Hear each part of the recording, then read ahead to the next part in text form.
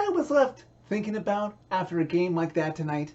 How could Forsberg not get on a board with a result like that and get a little bit closer to breaking Leg One's goal record? Well, that, and it's great and all that the Preds have had their playoff revenge against two big brothers from the Central Division in 2012 and of course at home in 2017. We all know about that first round matchup. But when a day comes that the Preds have their playoff revenge for all those series losses against San Jose, I kind of hope we do it in San Jose. Everybody's hands go up, way up, and you shake them like you just don't care as the Preds not only defeat, they feast on the San Jose Sharks by a score of 8-0 Saturday night in the SAP Center in San Jose, California. This result ties a franchise record for the biggest shutout in franchise history. It just so happens that the first incident of this much of a lopsided victory for the Preds took place 13 years ago and 5 days at home against the Detroit Red Wings, where Pekka Rinne was the one in net for the Preds. The only difference between the two results was Dad had to make 30 saves in his victory, while Sonny Boy tonight only had to make 20. Tonight starts a stretch run of 13 games in the next 25 days for the Preds. That's a lot of filming of Preds fan reaction videos for me to do every single night, not to mention the California West Coast road trip, which means I'm going to have to shoot the next afternoon. But I am committed to my craft, but don't mind me if my head gets a little dizzy for the next 30 days or so. In light of Wednesday night's embarrassing loss to Seattle, Coach John Hynes tries something new and he moves Ryan Johansson up with Philip Forsberg and Matt Duchene to see if those three can get something going again. Preds get their feet under them in the first few minutes of this one as the Sharks adjust to not having Reimer, who is out with a long-term injury. Just under 2 minutes in, Luke Cunnin and Timo Meier get into a roughing incident, resulting in some 4-on-4 play. Just after those two penalties are killed off, the Preds' best opening chance results in Philip Forsberg trying to get a little closer to David Legwand's franchise goal record, but he's turned aside by Stalock for the Sharks. Just under 10 minutes to go in the first period, Philip Tomasino drives towards the net and he tries to get a shot away, but it's not where he wants it to be, and the rebound comes out to Michael McCarron.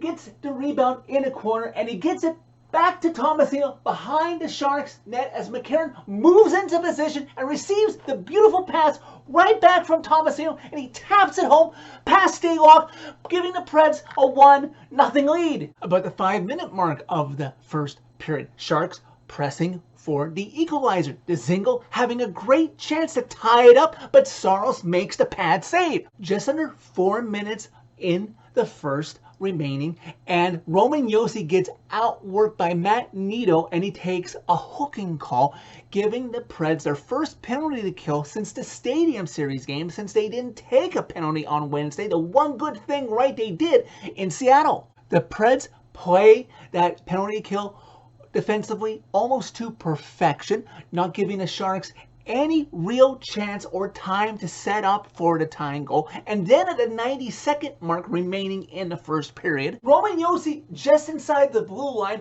gets the puck over to number 95, Matt Duchene, and through a screen, that puck has eyes for him, and he gets it in and goes past Stalock. His 26th of the season. The Preds are now up 2-0. Final remaining seconds are killed off in the first period.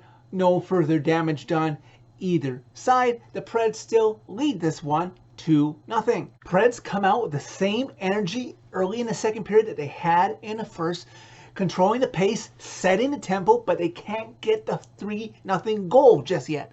Preds keep churning up the pressure, and off of an offensive face-off win in the Sharks zone, the puck comes to Roman Josi, and he throws it at the net from the blue line, and it takes a couple of tips, and off of Tomasino, and then Matt Love, remember me, taps it home past Stalock to give the Preds a 3-0 lead. And even though at the end of today that Forsberg would not get a goal on the score sheet and get himself one step closer to Leguan. The one noteworthy thing that Forsberg did do in this game is that even though the Preds were on the power play for Timo Meier interfering with Eeli Tolvanen, Forsberg came to the defense of his teammate when he was ticked off that there was no call on Logan Couture. And even though they put the teams 4-4 and gave the Sharks a short power play, I don't mind that because I like seeing that everybody on this team sticks up for one another.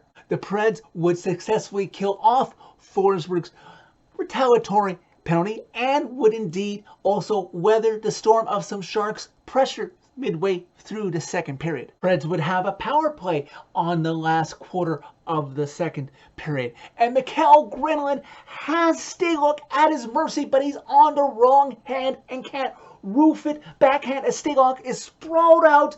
That would have made it 4-0. Even though the Preds won that game, I wouldn't be surprised if Granlund has a nightmare or two about that missed opportunity when he sleeps tonight. Later, the teams would play 4-on-4 just under 4 minutes left, with Mattias Ekholm finding himself on a breakaway but unable to make it 4-0. But never you fear, the Preds would extend their lead before the end of the period. Just about 30 seconds remaining in the middle frame, Roman Josi does his patented deke of a Sharks player driving in from the blue line, gets a shot on net. He can't get it to go, but McCarron is there to whack away at it. The Sharks letting a fire drill be run in their defensive zone. They can't clear the crease, can't clear the zone as Tomasino gets a few whacks at it. Before Matt Luff says, okay, that's enough of this crap, and he bangs it home past Stalock, giving the Preds a 4-0 lead after 2 periods. Preds have built themselves a nice cushion as they start the third period,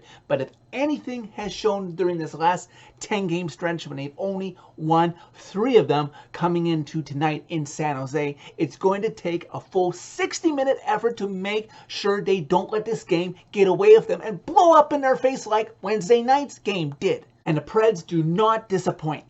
Under 5 minutes into the third period, on a cross-ice pass from Philip Forsberg, Matt Duchene, clean cut on a breakaway on Stalock, makes no mistake, goes backhand to make it 5-0 Preds. Duchene's second of the game, 27 on the season. And the route is on because a minute and a half later, Roman Josi on his third assist so far in the game, he would end up with 4 by the time the night was through, would get it over to Matt Luff. Matt Luff skates into the net a little bit, sets up Michael McCarron with the easy tap-in, and I'm sure no member of Preds Nation would have blamed McCarron if he had treated the puck like a football. Preds now up in this game, 6-0. Did you think that would be enough in this game as San Jose would proceed to pull Stalock and put in their rookie backup, Sachenko? Nope, it wouldn't be. But before we get to that, I'm sure some San Jose Shark blogger at this point was tweeting out somewhere, "Stop! They're already dead!" Well, the Preds wouldn't be done yet playing with their food because 5 minutes later, the Herd line is a little jealous that the fourth line is getting all this attention to this point, and Trennan gets his 13th of the season. Now it's 7-0 Preds. And for good measure, just to make sure all their frustration is taken care of with their last drought that they have been through, on the power play in the last bit of the game, Mikael Granlund finishes off the Sharks like Mortal Kombat style, 8-0 Preds. And the final score, a touchdown and a 2-point conversion as the Preds act as if they're the Titans and the Sharks were the 49ers. That's one way to bounce back after one of your most embarrassing losses of the season. A complete game, and my God, was that a complete game victory by the Preds in San Jose Saturday night. You allowed San Jose to only take 20 shots on UC Saros to help your goalie get his 3rd shutout of the season. You killed off all of San Jose's man advantages. You won more face-offs, and you blocked more shots. Heck, the best line for the Preds in this game wasn't a newly formed first line. It wasn't a second line. It wasn't even the Herd line. It was the 4th line. That line consisting of Philip Tomasino, Matt Luff, and Michael McCarron combined for 10 points and a +13 for the entire game. I guess the only low points in the game was 2 incidents when the game was already out of reach when Luke Cunnin and then Ben Harper lost their fights. But anyways, no rest for the weary, boys.